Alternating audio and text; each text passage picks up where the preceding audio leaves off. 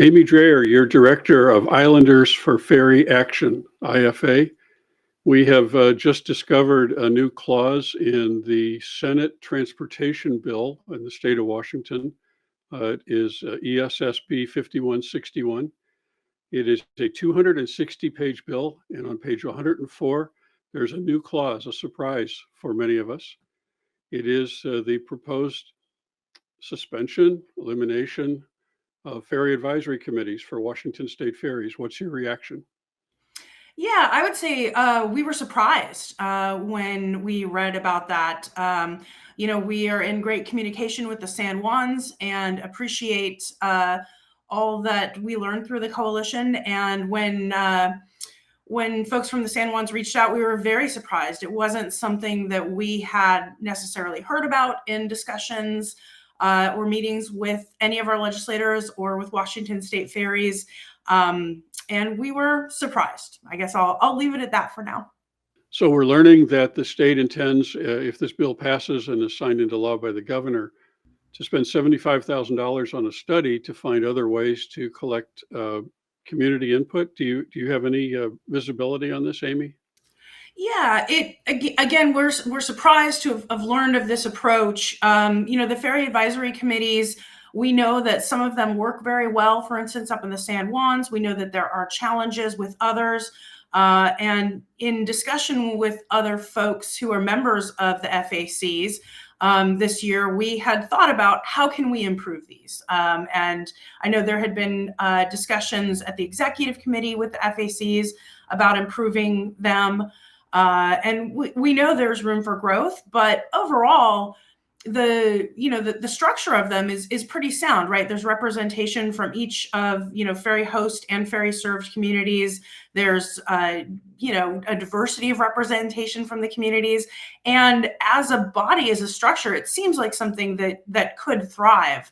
Were it invested in, were the state and the counties to look at ways to expand them, perhaps. Some of them operate with only 3 members.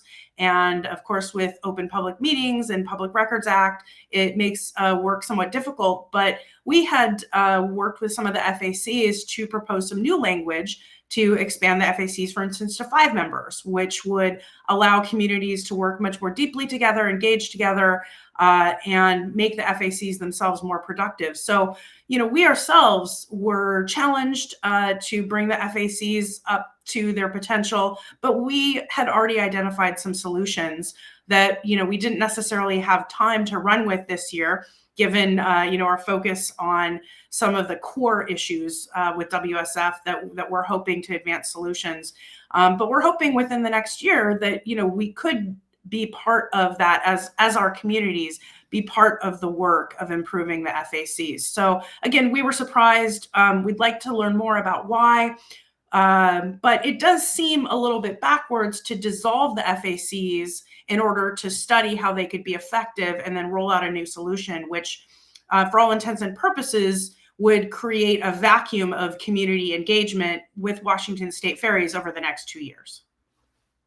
So you've been following any legislation that touches on ferries this entire session, is that right? I don't know anybody who's been following it more closely than you have. Any signs that where this came from? Were there any rumblings or any indicators that this was being considered as a major policy change? Right? No. And we had, met with legislators over the last few months and spoken with legislators. Again, we're surprised. I will, fully say, of course, I'm not sure, who sponsored this or why. So there's certainly a lot of fact finding to do. It could have been that this has kind of been coming down the pipeline and just hadn't reached the communities yet. But no, we were definitely surprised. And of course, everyone waited with bated breath for the budget bill to understand the budget picture and had not expected sort of what feels more like a policy initiative to appear in the budget bill, although we do understand that the mechanism for the FACs runs through the budget bill, yet this still to us feels a little bit more of a policy issue. But I think that's, maybe a distinction without, or a difference without a distinction. But we would instead love to pursue ways as community members and communities together with Washington State Ferries to answer these questions, rather than outsource it to a study.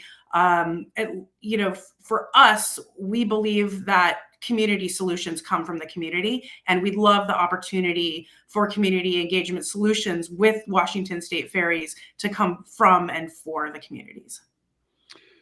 Well, this is a curious one. This is this is in the category of to be continued. We are going to continue to ask questions about where this came from, this idea came from, how thoroughly it was vetted in the public. A change like this, you would presume, would be made available for discussion and hearings. No evidence of that. And if I'm wrong, I'll apologize. We really missed it. If there was a hearing on suspending ferry advisory committees that we all missed, I don't think that happened. So I do know that, the FACs, they have their executive committee, and I know there's been quite a bit of discussion at the executive committee level about their structure and about, their future. So it could be that there were discussions there that were more deep than perhaps the broader community understood. But at least for the Vashon FAC, this news came as a surprise. Right. Thank you very much, Amy Drayer, and we will continue looking into this for you. Thank you.